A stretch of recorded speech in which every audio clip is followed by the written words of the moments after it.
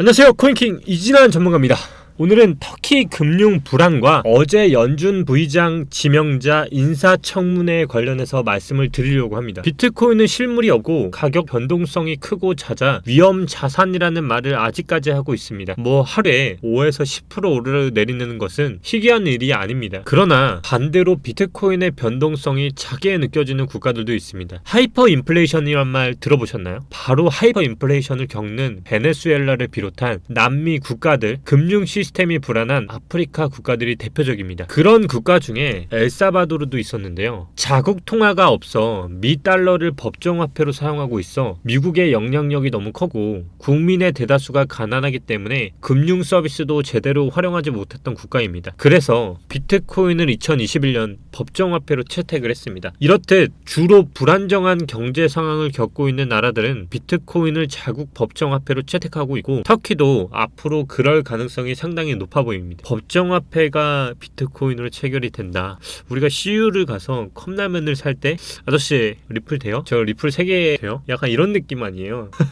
약간 그런 식으로 이제 하는 거고요. 터키는 2018년에도 금융 불안 사태를 겪은 경험이 있습니다. 당시 터키의 에르도안 정부와 통화 정책에 대한 불신으로 터키 리라화는 폭락을 했었습니다. 이때 터키인 이외에 타국 사람들은 터키로 날아가서 명품 사재기 여행을 하거나 직구를 하는 사람들이 엄청나게 늘어났습니다. 이번에도 상황은 사실 비슷합니다. 리라화 가치는 2021년 초 대비 말에 급락을 했고요. 연초보다 45%나 하락은 한 상태로 12월 21일 마감한 것으로 보입니다. 그리고 소비자 물가지수 CPI를 확인해 봤을 때 물가 상승률도 11월에는 21%를 기록했습니다. 터키 에르도안 정부는 중앙은행 총재들을 수차례 가르치면서 인플레이션을 해결하기 위해 기준 금리를 인하했습니다. 그런데 인플레이션을 해결하기 위해 금리를 인하한다? 이것은 경제학 원리에 어긋나는 발상이라는 걸 국민들도 상식적으로 알고 있었던 것이죠. 그래서 터키 금융시장의 불안감이 올라가고 그에 따라서 리라화의 가치도 폭락을 했습니다. 계속해서 떨어지는 리라화 가치 덕에 만일 달러를 인출하려는 뱅크런이라도 일어난다면 대응할 만한 달러가 부족할 것이라는 전망도 있었습니다. 지금 전 세계의 국가들이 인플레이션을 우려해서 금리를 인상하는 판국인데 터키는 이 상황에서도 계속해서 금리 인하를 하면서 민생 경제를 완전히 파괴시키고 있습니다. 오늘 먹은 커피가 2,000원이었다가 내일 3,000원이 되고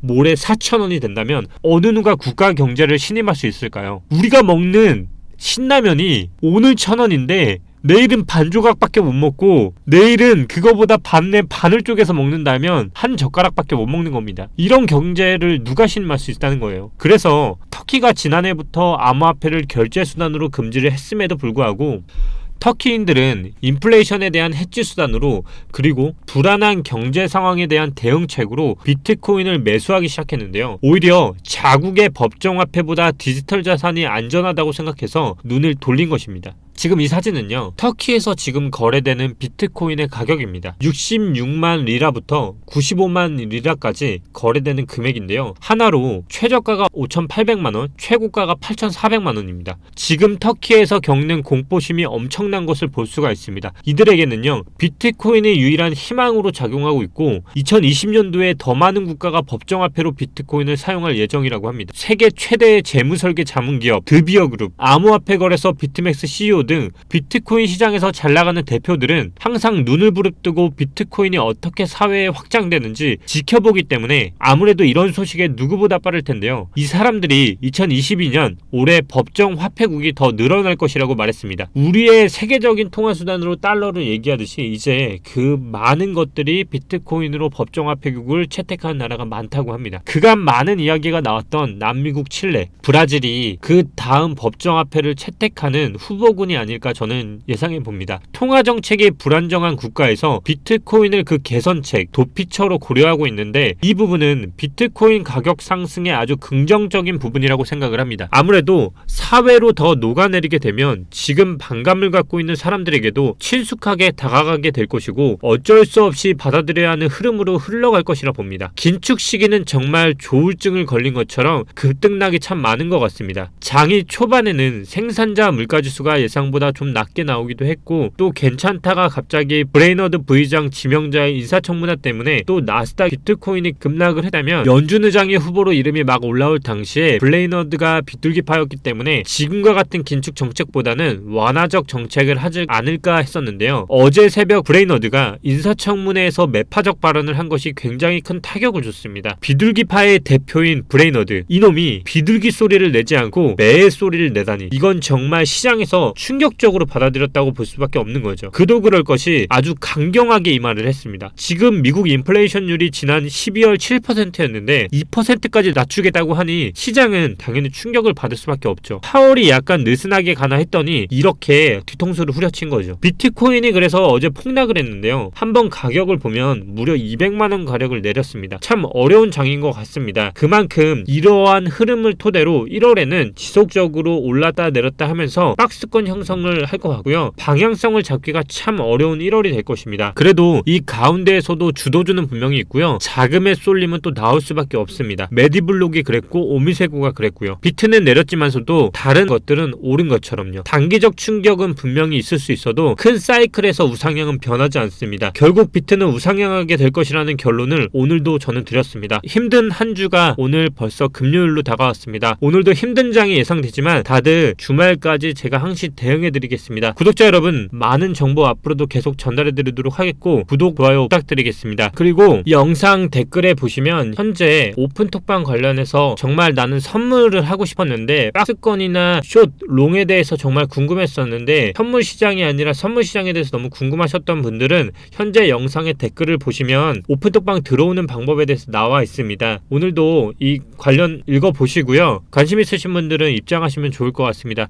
오늘도 코인킹 이진환 전문가였습니다. 감사합니다.